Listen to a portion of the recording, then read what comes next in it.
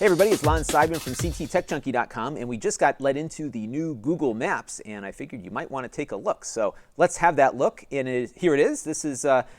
It doesn't look like anything different at the outset. You might notice that it runs a little bit more smoothly. Actually, it runs a lot more smoothly. It is using some new technology called WebGL, and this is built into Chrome and Firefox and some of the newer browsers. And it has a really smooth scroll and drawing capability. It's adding a lot of what you come to expect maybe from a standalone application like Google Earth. And it's kind of fitting that Google Maps is doing this because the original version of Google Maps really pushed web browsers further. Now, one of the things you're going to notice here is that this little search thing is up here all the time. So we can do a quick search for Essex, Connecticut here, and here we are. And if I want to find my favorite coffee shop in Essex, I can just type in coffee, and it will bring up a couple of different coffee places, and I can click here and get info on the Essex Coffee and Tea Company and find some reviews on it as well. I can even click through and get a street view map, but before I do that, I'm going to switch to the Earth mode here, and you can see even with the satellite imagery just how fast it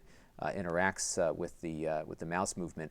And if I go here to Street View, it'll take me pretty much right around the corner from the Essex Coffee and Tea, which is pretty cool. There's the Griswold Inn right there as well. Now, one of the other things they've added to it is the ability to get a sense of user-generated photographs. So these are pictures that people have taken in the area, and you can see here's one of the Griswold Inn, which I can click on. And not only does it give you the picture, but it also shows you exactly where that picture was taken. So, for example, if I hit this one here, where is the Essex Park photo? It just disappeared. It takes me right to the park downtown with a beautiful view of the Connecticut River. So hopefully you'll come and visit Essex and spend some money here. But one of the other things it does too, if you go out to an urban area like New York, you can see some 3D modeled buildings as well. So if we zoom in as we go here, and again, this is all in the browser. It doesn't need a separate plug-in or anything special to operate. If we zoom in further, you'll start to see that the buildings have some 3 dimensions to them. They actually modeled, they did this on Google Earth as well. They've modeled pretty much every building in Manhattan so you can get a real sense as to how those buildings look. And you can even go further here and do a little side view here, and you can zoom in all the way down to street level. You can see it gets a little muddied when you zoom in a little bit. It looks like something happened to the street here, but it is really pretty slick. Now, the other thing you can do with it is rotate the map view around as well, and you can see how fast this responds. And we're on a little bit of a high-end MacBook Pro, but I've tested it on a few other machines, and it works pretty well. So a lot of the 3D cards these days on modern computers will render these things fairly nicely.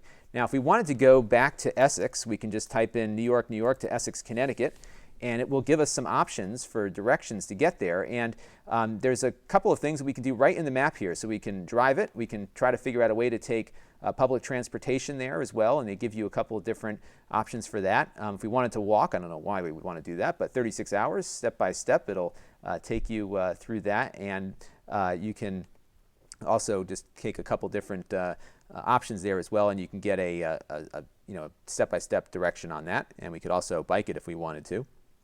So it's a pretty slick little application. Now, the other thing that I like about what they've done here is the Street View has worked, always been really a great way to kind of see what's going on around the area that you're, or what's in the area that you're looking for, so that if you wanted to not miss it when you drove by, you could get a good sense of that. But in the old version of Google Maps, you'd have to zoom in and then take the little guy here and then drop him into an area, and then you could click on the Street View to get a view of what that area was like.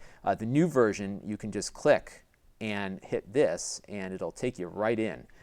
So it's a lot faster to get to that Street View imagery than it was before. So it's a pretty neat way to move around. And of course, you can click like you did before. You can click and move around the city with that. So pretty neat improvement to, I think, an already excellent mapping application that has been available on the desktop for some time.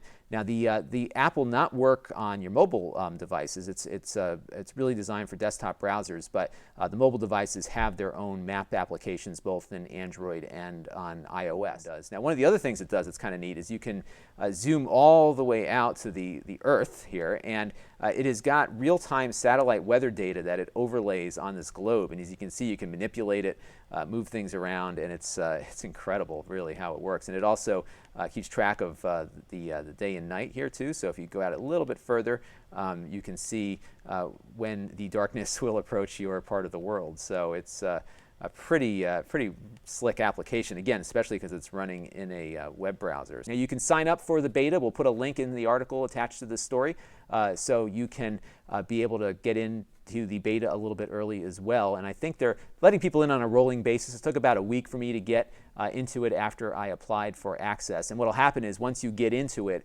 this will replace your existing Google Maps. You could revert back if you'd like, but when you log into your Google account every time, this is the map application that you'll have. This is Lon Seidman from cttechjunkie.com. Thanks for watching.